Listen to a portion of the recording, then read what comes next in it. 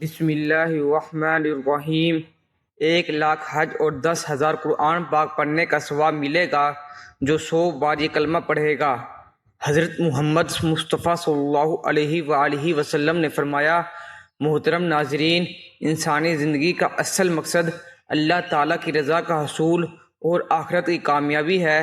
دنیا کی چمک دھمک، مال و دولت، عزت و شہرت سب عارضی ہیں، مگر جو چیز ہمیشہ باقی رہنے والی ہے وہ نیکیوں کا خزانہ ہے۔ اسی لیے اللہ تعالیٰ نے قرآن پاک میں بار بار انسان کو اپنی یاد، ذکر اور عبادت کی طرف متوجہ کیا ہے تاکہ وہ اپنے رب کے قریب ہو جائے اور اپنی آخرت کو سنوار سکیں۔ ذکر الہی ایک ایسی عظیم عبادت ہے جو نہ صرف دلوں کو سکون دیتی ہے بلکہ انسان کے درجات کو بلند کرتی ہے اور اسے بے شمار اجر و ثواب کا مستحق بناتی ہے۔ یہی وجہ ہے نبی کریم صلی اللہ علیہ وآلہ وسلم نے امت کو چھوٹے چھوٹے اذکار کے ذریعے بڑے بڑے اجر کی خوشخبری عطا فرمائی تاکہ ہر شخص آسانی سے جنت کے راستے پر چل سکے۔ قرآن پاک میں اللہ تعالیٰ فرماتے ہیں، فَاذْكُرُونِی أَذْكُرْکُم، سورۃ البقرہ آیت نمبر 152، یعنی تم میرا ذکر کرو میں تمہارا ذکر کروں گا۔ یہ آیت اس بات کی واضح دلیل ہے کہ اللہ کا ذکر کرنے والا کبھی محروم نہیں رہتا، بلکہ اللہ تعالیٰ خود اس بندے کو یاد فرماتے ہیں۔ جب بندہ اپنے رب کو یاد کرتا ہے تو اس کے بدلے اللہ تعالیٰ اب اس پر اپنی رحمت نازل فرماتے ہیں، اس کے گناہوں کو معاف کرتا ہے اور اسے بلند درجات عطا کرتا ہے۔ اسی طرح ایک اور مقام پر ارشاد باری تعالیٰ ہے، ان المسلمین والمسلمات والذاکرین اللہ کثیرا والذاکرات اعد لهم مغفرۃ واجرا عظیما، سورۃ الاحزاب آیت نمبر 35، یعنی جو مرد اور عورتیں کثرت سے اللہ کا ذکر کرتے ہیں اللہ نے ان کے لیے مغفرت اور عظیم اجر تیار کر رکھا ہے۔ یہ آیت اس حقیقت کو بیان کرتی ہے کہ ذکر کرنے والوں کے لیے اللہ تعالیٰ نے خاص انعامات رکھے ہیں جو عام عبادات سے بھی بڑھ کر ہو سکتے ہیں۔ نبی کریم صلی اللہ علیہ وآلہ وسلم نے بھی ذکر الہی کی اہمیت کو بے شمار احادیث کے ذریعے واضح فرمایا۔ ایک حدیث میں آپ صلی اللہ علیہ وآلہ وسلم نے فرمایا، کیا میں تمہیں ایسا عمل نہ بتاؤں جو تمہارے اعمال میں سب سے بہتر، تمہارے درجے بلند کرنے والا اور سونے چاندی خرچ کرنے سے بھی افضل ہو؟ صحابہ کرام نے عرض کیا، یا رسول اللہ صلی اللہ علیہ وآلہ وسلم ضرور بتائیے۔ آپ صلی اللہ علیہ وآلہ وسلم نے فرمایا، وہ اللہ کا ذکر ہے۔ ترمذی۔ محترم ناظرین، قرآن پاک اللہ کی آخری آسمانی کتاب ہے جو اللہ تعالیٰ نے اپنے پیارے محبوب محمد مصطفیٰ صلی اللہ علیہ وآلہ وسلم پر 23 سال کے عرصے میں نازل فرمائی۔ یہ کلام پاک ایک ہی مرتبہ نازل نہیں ہوا بلکہ 23 سال کے عرصے میں تھوڑا تھوڑا نبی آخر الزمان صلی اللہ علیہ وآلہ وسلم پر نازل ہوا، اور اس میں اللہ تعالیٰ نے جن و انس کی ہدایت اور رہنمائی کے لیے مختلف صورتوں اور آیات کا حوالہ دیا کہ جن کی تلاوت، جن کا ورد اور وظائف کر کے انسان اپنی دنیا اور آخرت سنوار سکتا ہے، اور اس کلام میں موجود مختلف صورتوں، آیات اور حوالہ جات سے اپنی مشکلات اور تنگ دستیوں کو دور کرنے اور اپنی خواہشات کی تکمیل کے لیے ان کا وظیفہ اور ذکر کر سکتا ہے۔ قرآن پاک میں ارشاد ہے کہ بے شک دلوں کا سکون تو اللہ کے ذکر میں ہے، اس لیے انسان سکون قلب کے لیے اللہ کی عبادات اور کلام پاک کی تلاوت کر کے خود کو تر و تازہ اور پرسکون محسوس کرتا ہے۔ اس کے علاوہ اللہ تعالیٰ نے شیاطین، جنات اور مختلف قسم کی دیگر مخلوقات سے محفوظ رہنے کے لیے بھی مختلف صورتوں اور آیات کا حوالہ دیا، حتیٰ کہ انسان کے رزق میں وسعت، برکت اور کشادگی کے لیے بھی اللہ تعالیٰ نے سینکڑوں آیات متعارف کروائیں جو اسی کلام پاک کے اندر موجود ہیں، اور اللہ تعالیٰ نے اپنی وحدانیت کا تعارف بھی اسی کلام پاک کے ذریعے انسانوں تک پہنچایا، جس کے ذریعے لوگ اللہ کی واحد اور یکتا جان کر اسی کو قادر مان کر اس کی عبادت کرتے چلے آتے ہیں۔ اسی طرح ہمارا آج کا وظیفہ بھی ایک ایسا کلمہ پڑھنے کا وظیفہ ہے کہ جس کو پڑھنے سے ثواب تو ملے گا ہی، لیکن اس کے ساتھ 1,00,000 کا جوڑا 10,000 قرآن پاک پڑھنے کا ثواب بھی ملتا ہے۔ حضرت محمد مصطفیٰ صلی اللہ علیہ وآلہ وسلم نے فرمایا کہ جو اللہ تعالیٰ کے پاک کلام کے کلمات کی تلاوت کرتا ہے اللہ تعالیٰ اسے بے حساب ثواب عطا کرتا ہے اور اس کی دنیا اور آخرت سنوار جاتی ہے، اس کی مشکلات ختم کر دی جاتی ہے اور اس کی خواہشات کو پورا کر دیا جاتا ہے۔ ناظرین، وظیفے میں آگے پڑھنے سے پہلے یا آپ کو اس کلمے کے بارے میں بتانے سے پہلے اللہ تعالیٰ کے کلام پاک کا مختصر تعارف بیان کرتے ہوئے ہیں۔ ناظرین، قرآن پاک میں صرف اللہ کا کلام ہے، کسی انسان، جن یا فرشتے کا کلام اس میں شامل نہیں۔ اسے اللہ تعالیٰ نے کلام اللہ یا آیت اللہ کہا ہے، ارشاد باری تعالیٰ ہے، تاکہ وہ کلام اللہ کو سن لے اور وہ اللہ کی آیت کی تلاوت کرتے ہیں۔ قرآن اللہ کا کلام ہے اور کلام کرنا سے اللہ کی صفت ہے، اس لیے بھی اللہ تعالیٰ کی ذات کی طرح غیر مخلوق ہے۔ بے شک وہ لوگ جو اللہ کی کتاب پڑھتے ہیں اور نماز قائم کرتے ہیں اور ہم نے انہیں رزق دیا، اس میں سے پوشیدہ اور اعلانیہ خرچ کرتے ہیں، وہ ایسی تجارت کی امید رکھتے ہیں جو ہرگز ضائع نہ ہوگی۔ ناظرین، آپ صلی اللہ علیہ وآلہ وسلم نے تلاوت قرآن پر ثواب کی بشارت یوں ارشاد فرمائی کہ جو شخص قرآن مجید کے ایک حرف کی تلاوت کرے گا اسے 10 نیکیوں کا ثواب ملے گا۔ اور میں یہ نہیں کہتا الف لام میم ایک حرف ہے، بلکہ الف ایک حرف ہے، لام ایک حرف ہے اور میم ایک حرف ہے۔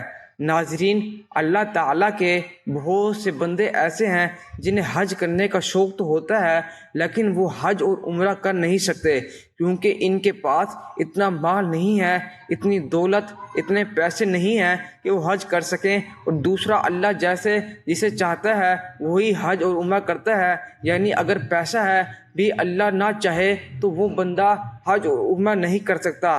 تو آج آپ کو جو کلمات پڑھنے کے بارے میں بتائیں گے، اگر وہ کلمات، وہ آیت آپ پڑھ لیتے ہیں تو آپ کو پورے 1,00,000 حج اور 10,000 قرآن پاک پڑھنے کے برابر ثواب ملے گا۔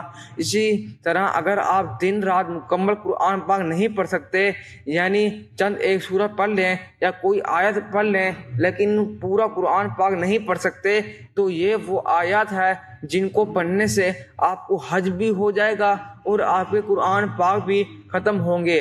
تو جس صورت کے یہ کلمات ہیں، اس صورت کے حوالے سے نبی کریم صلی اللہ علیہ وآلہ وسلم نے فرمایا کہ جو شخص اس صورت کی تلاوت کرے گا خدا اس کے عیب چھپائے گا، اسے خوف کی حالت اور حساب و کتاب کے موقع پر پریشانی میں آرام اور سکون بخشے گا۔ تو ناظرین، آج کا وظیفہ قرآن پاک کی پارہ نمبر 25 سورۃ الجاثیہ کی آخری 2 آیات اور ایک کلمہ پڑھنے کا وظیفہ ہے، جن کو پڑھنے سے 1,00,000 حج اور 10,000 قرآن پاک پڑھنے کے برابر ثواب ملتا ہے۔ سورۃ الجاثیہ قرآن پاک کی 25ویں سپارے میں واقع 45ویں صورت ہے جو مکی صورتوں کا حصہ ہے۔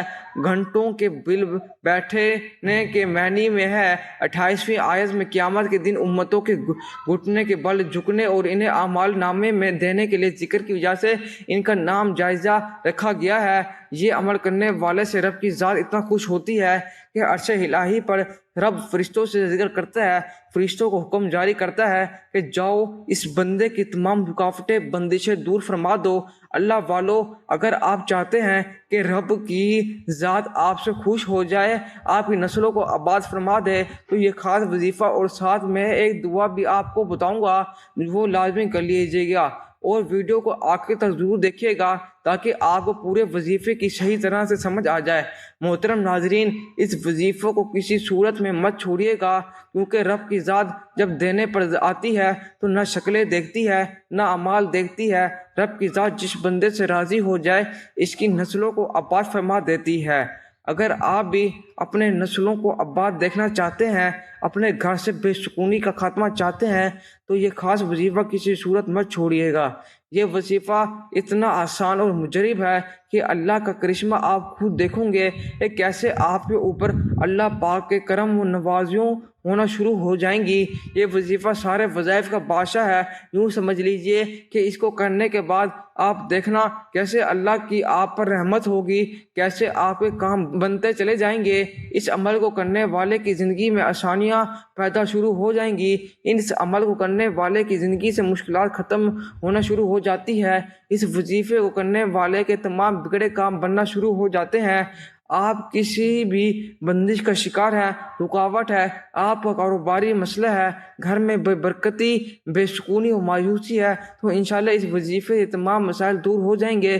اس عمل کو کرنے والے سے اللہ پاک کی ذات بہت خوش ہوتی ہے۔ وہ ہستی جسے کسی نے نہ آنکھ سے دیکھا، جسے کوئی گمان نہ ہو جو چھو سکا تعریف کرنے والے اس کی تعریف سے عاجز رہے، نہ حادثات اسے بدل سکے، نہ زمانے کی بے ثباتی کا کوئی خوف اسے ہے، پہاڑوں کے وزن اور سمندروں کی پیمائش کا علم اس کے پاس ہے، بارش قطروں اور درختوں کے پتوں کے عدد سے وہ باخبر ہے، کسی پر رات کی ظلمت اور دن کی روشنی ہے، سب جانتا ہے، اس پر آسمان کی بلندی، زمین کی پستی، سمندر کی گہرائی اور پہاڑ کی چوٹی پر کوئی چیز پوشیدہ نہیں، وہ ہر چیز کو اس کی تمام تفصیل کے ساتھ جانتا ہے، ایسا سے بولے یا زور سے، وہ آپ کے اندر چھپے تمام بھید سے باخبر ہے، وہ آپ کی سانس کو نکلتے اور اترتے ہوئے دیکھتا ہے، رگوں میں چلنے والے خون کی آواز سنتا ہے، پتے کے ٹوٹنے اور زمین پر اس کے گرنے کی آواز تک سنتا ہے، زمین کے اندر اس کے نیچے چلنے والے کیڑے کی آواز کو سنتا ہے، سمندر کی تہہ میں چلنے والی مچھلی کی آواز کو سنتا ہے، بحر و بر میں جو کچھ ہے سب کچھ اس کے علم میں ہے، وہ اس کائنات کا بادشاہ ہے، رب ہے۔ مسند احمد میں حضرت عبداللہ بن عمر کی روایت میں اس واقعے کا بیان کیا کہ جب رسول اللہ صلی اللہ علیہ وآلہ وسلم کی عظمت کو بیان فرما رہے تھے، اس وقت آپ کی کیفیت یہ تھی کہ آپ کا جسم ہل رہا تھا اور دیکھنے والے کو ایسے محسوس ہو رہا تھا کہ آپ ابھی نعوذ باللہ زمین پر گر پڑیں گے۔ اسے اللہ کی تعالیٰ کی معرفت کہتے ہیں، اور یہ معرفت انسان کے اندر ایک بونچال کیفیت پیدا کر دیتی ہے، یہ کیفیت اللہ کو دیکھے بغیر دیکھ لینا ہے۔ ناظرین، یاد رکھیے کہ اللہ کی اس عظیم کائنات جس کا ہم ایک بہت ہی چھوٹا سا قطرہ ہے، ہمیں ایک ہی مقصد کے لیے پیدا فرمایا ہے، اور وہ ہے عبادت، عبادت اور عبادت۔ اس کے علاوہ کوئی مقصد حیات نہیں۔ بے شک وسائل اور ذرائع ہوں، اللہ کے خزانوں میں کسی کمی کو پورا کرنے کے لیے انسان کو پیدا نہیں کیا گیا، اور نہ ہی اللہ رب العزت کا نعوذ باللہ کوئی کام اٹک گیا تھا جس کی وجہ سے انسان کی خلقت ضروری تھی۔ انسانی خلقت کا واحد مقصد صرف اور صرف عبادت ہے، انسان سے اسے خدائے قدوس کی صرف عبادت مطلوب ہے، اس لیے صبح شام اسے یاد کرو۔ یہی انسانیت کی معراج اور امتیاز ہے، جو اللہ کا ہو جاتا ہے تو ساری دنیا اس کی غلام ہو جاتی ہے، اللہ اس کا دوست بن جاتا ہے، پھر اس انسان کے دشمن اللہ کے دشمن اور اس انسان کے دوست اللہ کے دوست ہو جاتے ہیں۔ جس نے اللہ کے دوست کو تکلیف پہنچائی وہ قادر متعلق اسے اعلان جنگ کر لیتا ہے۔ اللہ کو ہو کر تو دیکھیے، اللہ کی ذات کو مقصد بنا کر زندگی گزار کر تو دیکھیے، اللہ کے لیے جتنا جینا، اس کے لیے مرنا اور اس پر مر مٹنا سیکھیے۔ خوشی بھی وہ ہو جو اسے پسند ہو، غم بھی اس لحاظ کا ہو، اظہار بھی وہ ہو جو اسے پسند ہو، خفا بھی جو اسے پسند ہو، ہر دم اور ہر لمحہ اس کی رضا مطلوب و مقصود ہو۔ اللہ تعالیٰ کی عبادت کے ساتھ ساتھ ہمیں ہر پل، ہر وقت، ہر لمحہ شکر ادا کرنا چاہیے۔ اسلام نے شکر ادا کرنے کے لیے ہمیں 4 طریقے بتلائے ہیں: دل سے شکر ادا کرنا، زبان سے شکر ادا کرنا، نعمتوں کے استعمال سے شکر ادا کرنا، اور مخلوق خدا کی خدمت سے شکر ادا کرنا۔ اگر کوئی آپ پر احسان کرتا ہے، اس کے بجائے احترام کسی اور کا کریں تو وہ ناراض ہو جاتا ہے۔ بالکل اسی طرح اللہ تعالیٰ نے ہمیں بے شمار نعمتوں سے نوازا ہے، اور ناظرین، اگر ہم اللہ کی بجائے کسی اور کا ادب و احترام کریں تو اس عمل سے اللہ تعالیٰ بہت سخت ناراض ہو جاتے ہیں۔ یہ ایک فطرتی اصول ہے کہ جس شخص پر کوئی احسان کرتا ہے وہ بندہ اس کا غلام بن جاتا ہے اور اس سے محبت کرنے لگتا ہے، اس کی پسند ناپسند کو ترجیح دیتا ہے۔ اسی لیے ہمیں بھی چاہیے کہ ہم اپنے حقیقی اللہ کے احکامات کو ہر وقت ماننے کی اور ترجیح دینے کی کوشش کریں۔ زبان سے شکر کیا ہوتا ہے کہ انسان کا اقرار اور اظہار کرے، ریاکاری مقصود نہ ہو۔ اللہ تعالیٰ کی ہر دی ہوئی چیز پر الحمدللہ کہے، مثلا الحمدللہ اللہ نے مجھے آنکھوں کی نعمت سے نوازا ہے۔ بندوں کا شکر ادا کرنے کا مطلب یہ ہے کہ جب آپ کو کوئی چھوٹی چیز دے، اس پر اس کا جزاک اللہ کہہ دیا جائے تاکہ اس کے ذریعے اس کی دی ہوئی نعمت کا اس کو بدلہ مل سکے۔ حدیث میں آپ نے فرمایا کہ جو شخص بندوں کا شکر ادا نہیں کرتا تو میرا بھی شکر ادا نہیں کرتا۔ اللہ تعالیٰ کی دی ہوئی نعمتوں کو عملی طور پر استعمال کرنا اور اس کا استعمال کر کے اظہار کرنا۔ ایک مشہور واقعہ ہے کہ ایک صحابی آپ صلی اللہ علیہ وآلہ وسلم کے پاس آئے، انہوں نے میلے کچالے کپڑے پہنے ہوئے تھے، جس پر آپ نے ناراضگی کا اظہار کرتے ہوئے فرمایا کہ جاؤ صاف ستھرے کپڑے پہن کر آؤ، کیونکہ اللہ خود بھی جمیل ہے اور خوبصورت اور جمال کو پسند کرتا ہے۔ ناظرین، جب ہم اللہ کی دی ہوئی نعمتوں کا اپنے وجود پر اظہار کرتے ہیں تو اس سے اللہ تعالیٰ بہت خوش ہوتا ہے، لیکن اگر استعمال نہ کیا جائے تو یہ بھی ایک ناشکری ہے۔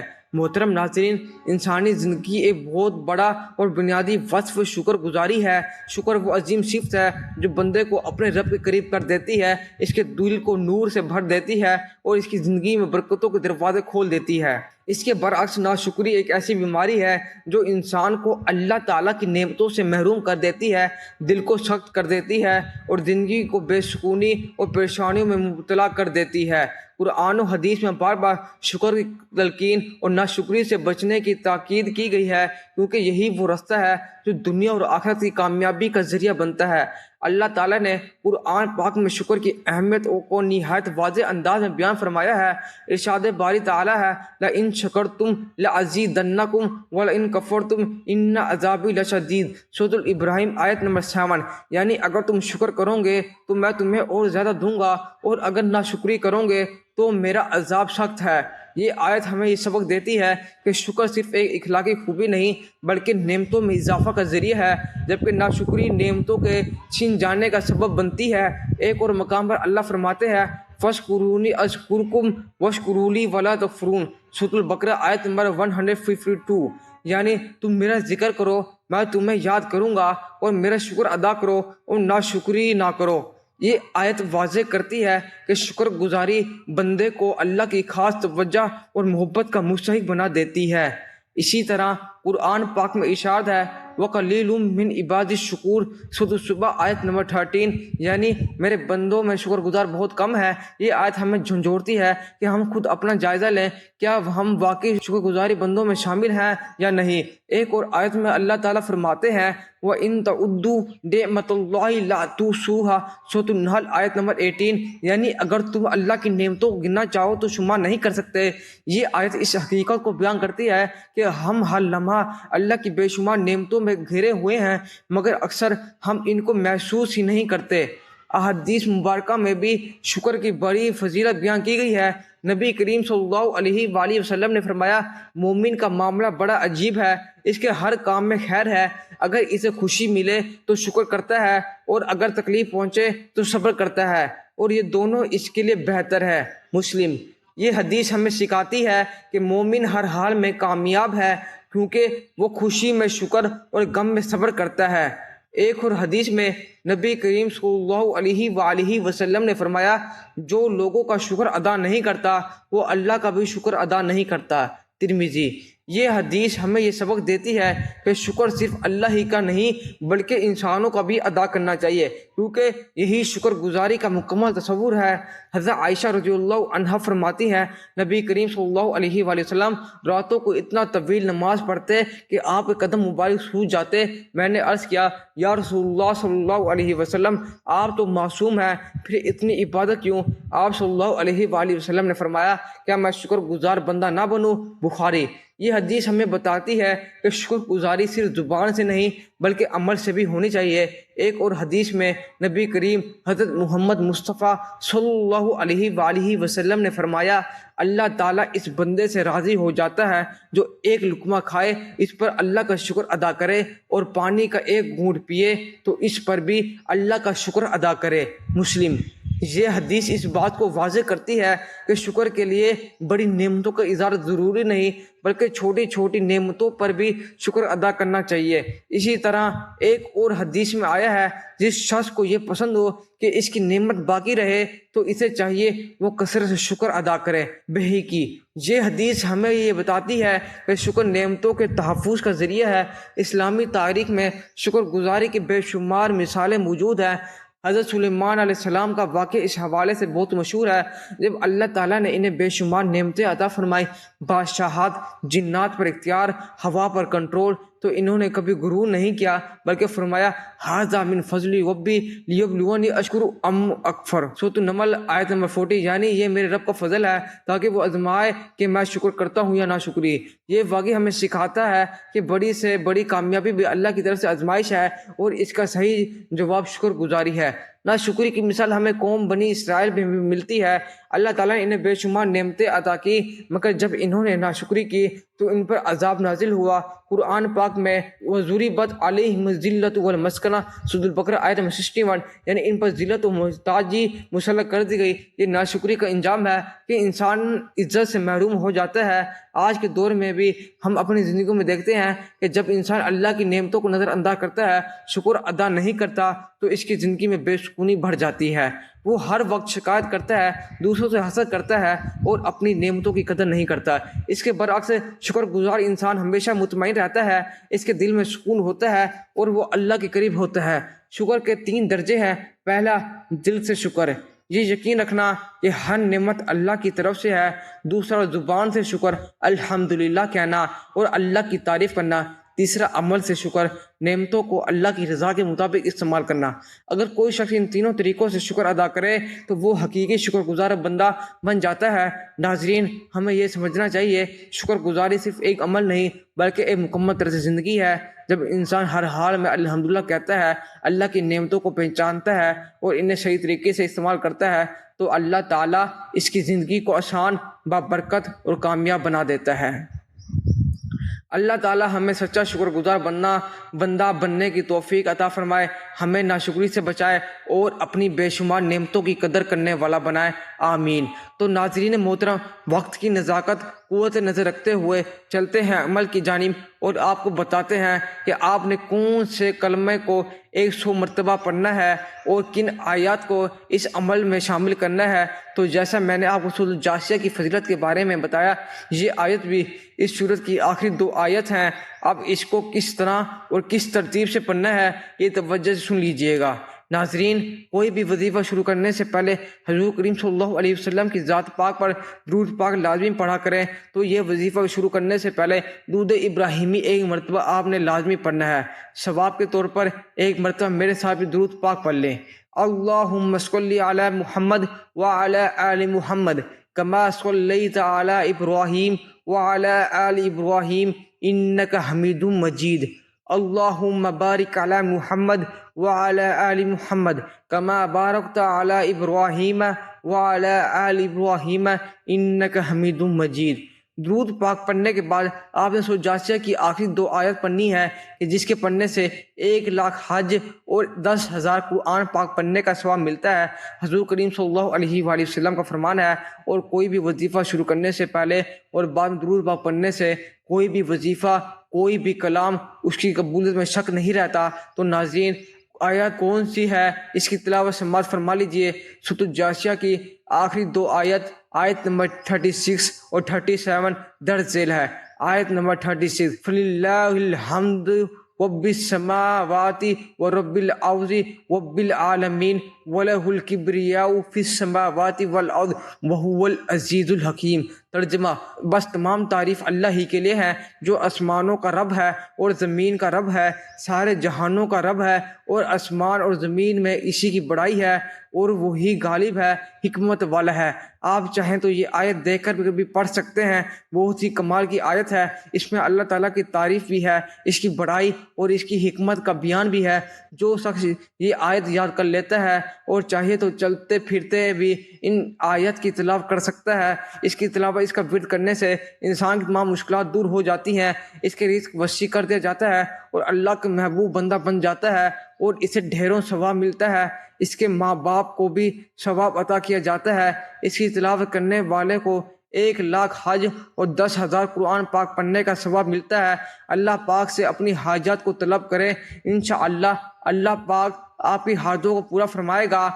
یہ آیات آپ نے ہاتھوں کی انگلیوں پر یا تسبیح کے دانوں پر گن کر پورے 33 مرتبہ پڑھ لینی ہے، اور اس کے بعد آپ نے یہ کلمہ پڑھ لینا ہے، لا الہ الا اللہ وحدہ لا شریک لہ لہ الملک ولہ الحمد وہو علی کل شیء قدیر۔ ترجمہ، اللہ کے سوا کوئی معبود نہیں، وہ اکیلا ہے، اس کا کوئی شریک نہیں، اس کے لیے بادشاہی ہے اور اس کے لیے تمام تعریف ہے، اور وہ ہر چیز پر قدرت رکھنے والا ہے۔ نبی کریم صلی اللہ علیہ وسلم نے فرمایا، جو شخص کلمہ 100 مرتبہ پڑھتا ہے اس کے لیے بہت بڑا اجر لکھا جاتا ہے، جسے غلام آزاد کرنے کا ثواب، گناہوں کی معافی اور حفاظت وغیرہ۔ بخاری و مسلم۔ ناظرین، جب آپ اس عمل کو کریں گے تو انشاءاللہ آپ دیکھیں گے کہ کیسے آپ کے کام بنتے چلے جاتے ہیں۔ جو بھی آپ پہ کام اٹکے ہوئے ہیں وہ اللہ کی رضا سے ٹھیک ہو جائیں گے۔ آپ کی دولت کا مسئلہ ہے، صحت کا مسئلہ ہے، بیماری کا مسئلہ ہے، جو بھی آپ کی زندگی میں مشکلات چل رہی ہیں انشاءاللہ وہ دور ہو جائیں گی۔ آپ کی زندگی میں خوشیاں آئیں گی اور آپ کی زندگی میں آسانیاں پیدا ہونا شروع ہو جائیں گی۔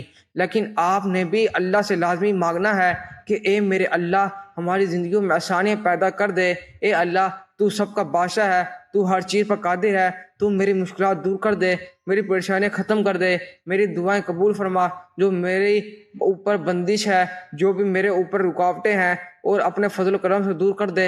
اے اللہ، تو ہر چیز پر قادر ہے۔ اللہ سے دعا کیجئے کہ ہمارے صغیرہ و کبیرہ گناہوں کو معاف فرمائے، ہمیں گناہوں سے توبہ کرنے کی توفیق عطا فرمائے، اور جو لوگ حضرت آدم علیہ السلام سے لے کر آج تک فوت ہو چکے ہیں ان سب کی مغفرت فرمائے، ہمیں سیدھے رستے پر چلنے کی توفیق عطا فرمائے۔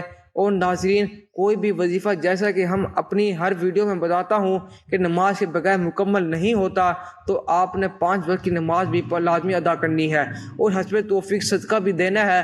صدقہ آپ نے کسی فقیر کو دے دینا ہے، کسی غریب کو دے دینا ہے، کسی ایسے بندے کو دے دینا ہے جو ضرورت مند ہو۔ میرے پیارے بھائیوں اور بہنوں، یہ عمل آپ نے لازمی کرنا ہے۔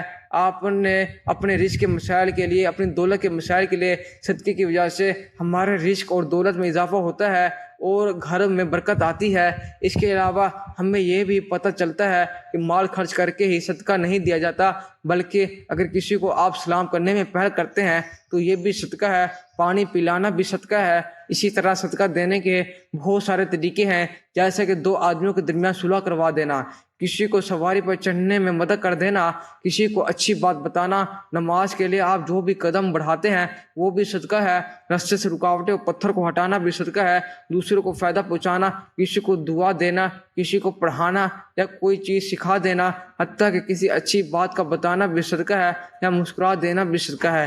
کسی مصیبت میں پھنسے انسان کی مدد کرنا، وقت نکال کر اپنے ماں باپ کے ساتھ وقت گزارنا، کسی کی طبیعت پوچھنا یا عیادت کرنا، کسی پریشانی یا آزمائش پر صبر کرنا، نیکی کا حکم دینا اور برائی سے روکنا، کسی کو معاف کر دینا، اس کے باوجود آپ کے پاس اسے سزا دینے کا اختیار تھا۔ یہاں تک کہ ناظرین، اپنی بیوی کو اپنے ہاتھوں سے کچھ کھلانا، اس سے پیاری باتیں کرنا بھی صدقہ ہے۔ صدقہ دینے کی بے حد فضیلت و فوائد ہیں۔ کہا جاتا ہے کہ بے شک مومن قیامت تک اپنے صدقے کے سائے میں ہوگا۔ مسلمان ہونے کے ناطے یہ نہ صرف ہمارا ایمان ہے بلکہ عام مشاہدہ و تجربہ بھی ہے کہ جب ہم اللہ کی راہ میں خرچ کرتے ہیں، اپنی نیت صاف رکھتے ہیں اور دکھاوا نہیں کرتے، تب اللہ اس نیکی کو کئی گنا بڑھا کر ہمیں لٹا دیتے ہیں۔ اللہ تعالیٰ قرآن مجید میں ارشاد فرماتے ہیں کہ اے ایمان والو، اللہ کی راہ میں ہمارے دیے ہوئے میں سے خرچ کرو۔ ناظرین، ہم انسان کی کچھ اوقات نہیں ہے، نہ ہی ہمارے بس میں کچھ ہے۔ ہم پر ساری عنایات اس رب کی ہے جو اس جہان کا مالک ہے۔ یہ اس ذات کا کرم ہے کہ اس نے ہمیں دینے والوں میں سے بنایا ہے، لہٰذا یہ ہمارا فرض ہے کہ ہم اس کی عطا کردہ رزق سے غریبوں، مسکینوں، لاچار، مجبور، ضرورت مندوں، بے سہارا لوگوں کی مدد کریں، ان کی ضروریات کا اس طرح خیال کریں جس طرح اللہ سبحانہ تعالیٰ ہماری ضروریات کا خیال کرتے ہیں اور ہمارے گناہوں کا پردہ رکھتے ہیں۔ تو ناظرین، وظیفہ مکمل کرنے کے بعد آپ نے آخر میں اتنا ہی درود پاک پڑھنا ہے جتنا عمل کے شروع میں پڑھا تھا، اور اللہ تعالیٰ کی بارگاہ میں رو رو کر، گڑ گڑا کر دعا کرنی ہے کہ اللہ، ہم گناہ گاروں کو بخشنے والے، اے عیبوں پر پردہ ڈالنے والے عظیم رب، سب مسلمان پر اپنا رحم و کرم فرما، تنگ دستوں کے رزق میں برکت عطا فرما اور بیماروں کو شفا عطا فرما، ہمیں صبر اور شکر کرنے والا بنا اور ہماری دنیا اور آخرت سنوار دے، آمین یا رب العالمین۔ دعا ہے کہ اللہ تعالیٰ نیکی کی بات کو سننے، سمجھنے اور اس پر عمل کرنے کی توفیق عطا فرمائے۔ میرا سنانا اور آپ کا سننا اپنی بارگاہ الہی میں قبول و منظور فرمائے، آمین۔ ناظرین، گزارش ہے اللہ کے 99 ناموں میں سے کوئی ایک نام لکھ کر کمنٹ میں ضرور شیئر کریں۔ اللہ تعالیٰ ہم سب کا حامی و ناصر ہو، آمین۔ جزاک اللہ۔